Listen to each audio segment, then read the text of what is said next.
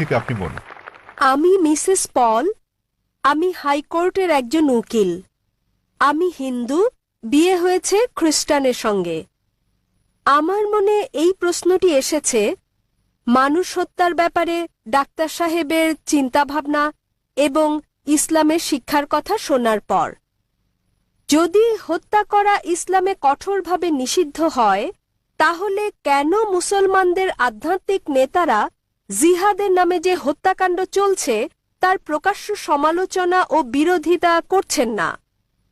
মুসলমানরা কিভাবে কতিপয় মুসলমানের ইসলামের অপব্যবহার ও অপব্যাখ্যা মেনে নিচ্ছেন, যারা সারা বিশ্বে মুসলমানদের নামে কলঙ্ক লেপন করছেন? বোন সুন্দর একটা প্রশ্ন করলেন। বললেন যে তিনি ইসলামের শিক্ষা থেকে অনুপ্রাণিত হয়েছেন, ইসলাম নিরপরাধ মানুষ হত্যার বিপক্ষে, কিন্তু তবুও কেন সব মুসলিম নেতারা একত্রিত হয়ে এর নিন্দা করে না যেসব হত্যাকাণ্ড চলছে জিহাদের নামে, এবং এ ধরনের কিছু কুলাঙ্গারের কারণে ইসলাম কলুষিত হচ্ছে? বোন, বিস্তারিত জবাবের জন্য আপনাকে 1 বছর আগে 2008 সালের নভেম্বরে বিগত শান্তি সম্মেলনে আমার আলোচনার শেষ দিকের কথাগুলো শুনতে হবে। দ্বিতীয় আন্তর্জাতিক শান্তি সম্মেলনে আমার শেষ বক্তব্যটার বিষয় ছিল মিডিয়া এবং ইসলাম, যুদ্ধ না শান্তি। প্রধানত যারা দোষী তারা হচ্ছে মিডিয়া।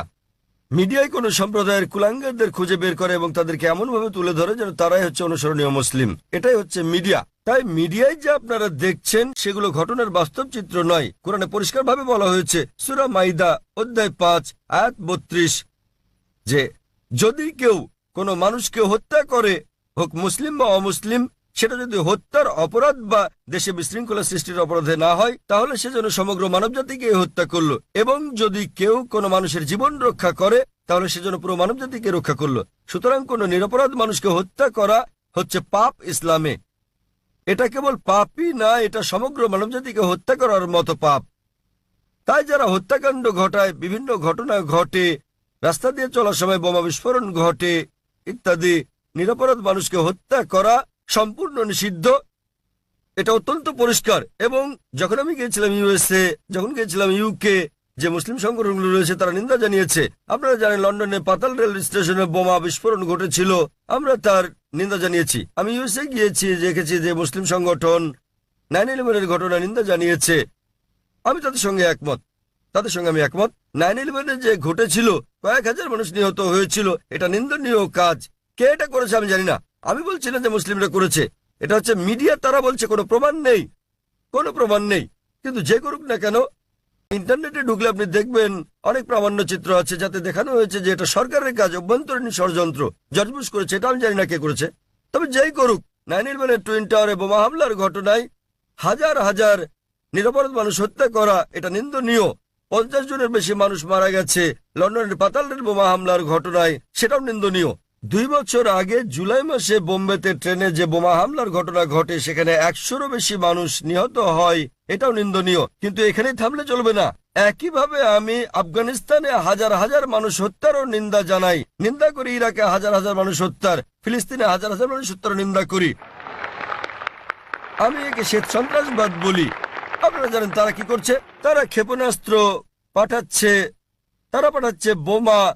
আপনারা জানেন ফিলিস্তিনিরা তারা লড়াই করছে ইটপাটকেল দিয়ে, আর তাদেরকে বলা হচ্ছে সন্ত্রাসী। আপনারা জানেন আমেরিকা বোমা পাঠাচ্ছে, প্যাট্রিয়ট ক্ষেপণাস্ত্র, গুচ্ছ বোমা পাঠাচ্ছে।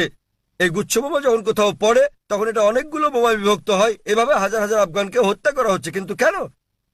এটা কাপুরুষোচিত কাজ। সেজন্য সমাপনী বক্তৃতায় আমি বলেছিলাম গত কয়েক শতাব্দীর সবচেয়ে বড় সন্ত্রাসী জর্জ বুশ। 1 নাম্বার। জর্জ বুশের মতো এত মানুষ আর কেউ হত্যা করেনি। এখন তিনি আর ক্ষমতায় নেই। ইরাকে তিনি ওষুধের ওপর নিষেধাজ্ঞা আরোপ করেন এবং জর্জ বুশের কারণে ইরাকের 5 লাখ শিশু নিহত হয়। আমরা ভালো করে জানি। এমনকি যদি একমত হয়ে যায় সেখানে একজন লোক লুকিয়ে আছে, এই লোকটি যে বিন লাদেন, তার তো কোনো প্রমাণ নেই। যদি তিনি লুকিয়েও থাকেন, ভাবুন সেক্ষেত্রে আপনি একজন মানুষের জন্য হাজার হাজার মানুষকে হত্যা করছেন। এটা দুঃখজনক। আমরা দেখতে পাচ্ছি যে এটা মিডিয়া তুলে ধরছে। মিডিয়া যা তুলে ধরছে তা হচ্ছে মুসলিমরা এই কাজ করেছে। আমি জানি বোন, কুলাঙ্গার আছে, আমাদের সম্প্রদায়ে কুলাঙ্গার আছে, সব সম্প্রদায় তো কুলাঙ্গার রয়েছে। ভারতীয় মিডিয়া কাশ্মীর নিয়ে কথা বলে, কতবার বলেছে আসাম নিয়ে, নকশাল মাওবাদীদের নিয়ে। আপনি জানেন ভারতের জন্য সবচেয়ে বড় হুমকি হচ্ছে মাওবাদীরা। তারা কি করছে? তারা থানায় বোম মারছে, তারা পুলিশ হত্যা করছে। ভারতের বেশিরভাগ হত্যাকাণ্ডই ঘটায় মাওবাদীরা, কমিউনিস্টরা, এলটিটি, হিন্দুরা। কিন্তু কে তাদেরকে বলছে হিন্দু সন্ত্রাসী? আপনি আসামে গেলে দেখবেন খ্রিস্টান সন্ত্রাসী। হিন্দুরা যখন সন্ত্রাস করে তখন আপনারা বলেন এলটিটিই, লিবারেশন তামিল টাইগার্স ইলম। আপনি যুক্তরাজ্যে গেলে দেখবেন আইআরএ, আইরিশ রিপাবলিকান আর্মি, তারা ক্যাথলিক। প্রোটেস্ট্যান্ট আর ক্যাথলিকদের মধ্যে বিস্তর তফাৎ রয়েছে, কেউ তাদেরকে ক্যাথলিক সন্ত্রাসী বলছে না কেন? তাহলে আমরা কি দেখছি? কোন ধর্মই নিরপরাধ মানুষকে হত্যা করতে শেখায় না, কিন্তু মুসলিমদের চেয়ে অমুসলিমরাই বেশি নিরপরাধ মানুষকে হত্যা করছে।